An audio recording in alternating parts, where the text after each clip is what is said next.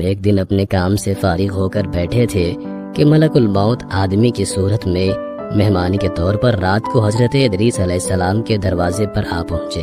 حضرت ادریس علیہ السلام ہمیشہ روزہ رکھنے والے انسان تھے۔ جب شام ہوتی افطار کے وقت آپ کا کھانا جنت سے آتا، جس قدر چاہتے کھا لیتے، باقی کھانا پھر جنت میں چلا جاتا۔ اس دن کا کھانا جب آیا تو حضرت ادریس علیہ السلام نے وہ کھانا اس مسافر کو پیش کر دیا، لیکن مسافر نے کچھ نہ کھایا اور قدم پر قدم رکھ کر عبادت کرتا رہا۔ حضرت ادریس علیہ السلام ان کا یہ حال دیکھ کر بہت متاثر ہوئے کہ یہ کون شخص ہے۔ اگلے دن حضرت ادریس علیہ السلام نے ان سے کہا، اے مسافر، تو میرے ساتھ چل کر خدا کی قدرت جنگل میں جا کر دیکھ۔ تب دونوں بزرگ گھر سے میدان کی طرف نکل پڑے۔ چلتے چلتے گیہوں کے کھیت میں جا پہنچے۔ موت کے فرشتے نے کہا کہ چلو چند گوشے گیہوں کے لے کر دونوں کھاتے ہیں۔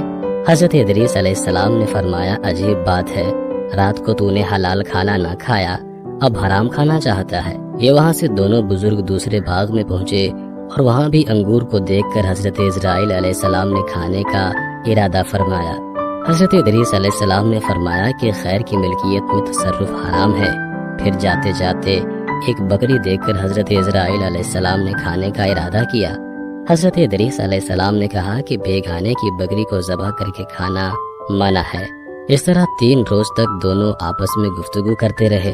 جب حضرت ادریس علیہ السلام کو لگا کہ یہ شخص انسان نہیں معلوم ہوتا، یہ کون شخص ہے، اور فرمایا کہ خدا کے واسطے ظاہر تو کر کہ تو کون ہے۔ مسافر نے کہا کہ میں اسرائیل علیہ السلام ہوں۔ حضرت ادریس علیہ السلام نے فرمایا کہ سب مخلوقات کی جان تم ہی نکالتے ہو۔ انہوں نے کہا کہ ہاں۔ ادریس علیہ السلام نے فرمایا، تم شاید میری جان قبض کرنے آئے ہو۔ انہوں نے کہا، نہیں، میں تو تمہارے ساتھ خوشخبری کرنے آیا ہوں۔ حضرت ادریس علیہ السلام نے کہا کہ 3 دن سے تو میرے ساتھ ہے، کیا اس وقت بھی تو نے کسی کی جان قبض کی ہے؟ وہ بولے، تمام روحوں کو قبض کرنا ہمارے ہاتھ میں ایسے ہے جیسے تمہارے دونوں ہاتھوں کے نیچے روٹی رکھی ہوئی ہو، یعنی جس کی موت کا حکم ملتا ہے اللہ پاک کے حکم سے میں ہاتھ بڑھا کر اس کی جان قبض کر لیتا ہوں۔ اور بولا، اے حضرت ادریس علیہ السلام، میں چاہتا ہوں کہ تیرے ساتھ رشتہ داری قائم کروں۔ حضرت ادریس علیہ السلام نے فرمایا کہ میں تیرے ساتھ رشتہ داری قائم کروں گا، آپ مجھ کو روح قبض کرنے کی کرواہٹ سکھا دیں تاکہ مجھے زیادہ خوف ہو اور عبرت ہو، میں اپنے خالق کی اور بھی زیادہ عبادت کروں۔ ملک الموت نے کہا کہ میں اللہ کی خوشی کے بغیر کسی کی جان قبض نہیں کر سکتا۔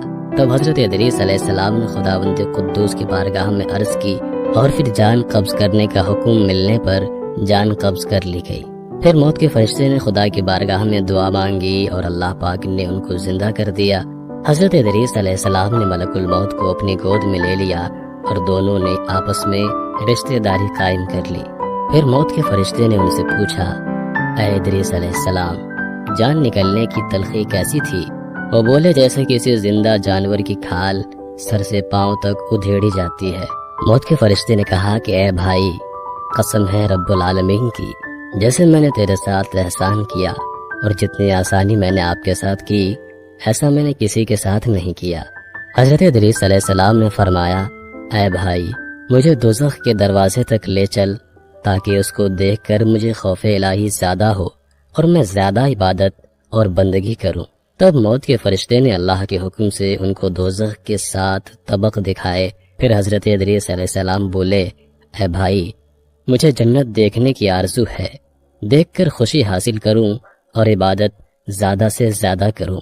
موت کے فرشتے حضرت اسرائیل علیہ السلام ان کو جنت کے دروازے پر لے گئے۔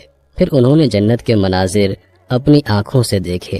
پھر کہنے لگے، اے بھائی، میں جان کی تلخی سہ چکا ہوں، پھر دوزخ بھی دیکھی اور میرا جگر پیاس کے مارے جل رہا ہے۔